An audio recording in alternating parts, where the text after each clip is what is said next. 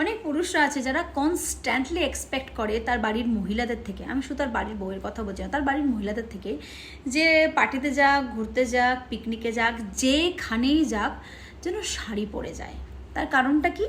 শাড়ি হচ্ছে আমাদের সংস্কৃতি, আমাদের ঐতিহ্য। আমাদের ঐতিহ্যকে প্রেজার্ভ করা উচিত না? I agree. শাড়িতে একটা নারীকে যত সুন্দর লাগে তত সুন্দর হয়তো তাকে অন্য কোনো পোশাকে লাগে না। ভগবানের তৈরি, নারীদেরকে তৈরি করেছে ভগবান এভাবে যেন মনে হয় যে শাড়িটা তাদের জন্য বেস্ট। কিন্তু সেই পুরুষেরাই, যারা এই ধরনের কমেন্ট পাস করে তাদের বাড়ির মহিলাদের উপর, তারা নিজেরাই পিকনিক, পার্টি, হ্যাড্ডা ব্যাড্ডা, কোনো অনুষ্ঠান, কোনো বিয়ে বাড়ি তো আমি ছেড়েই দিলাম, নিজের বাড়ির পুজোতে পর্যন্ত ধুতি, পাঞ্জাবি, কুর্তা, পাজামা এসব কিচ্ছু পরার সাহস দেখায় না। কেন? সংস্কৃতিকে প্রেজার্ভ করার দায়িত্ব বা ঠেকা দুটোই কি শুধু মহিলারা নিয়ে রেখেছে?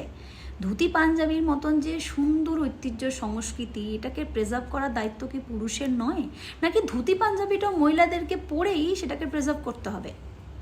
বিশ্বাস করো, তোমরা যেমন মহিলাদেরকে শাড়ি পরে দেখে নিজের চোখটা জুড়াও, আমাদের চোখটাও না তেষ্টায় আছে পুরুষ মানুষেরকে সেইভাবে ধুতি, পাঞ্জাবি, কুর্তা খুব সুন্দরভাবে সেজে দেখতে।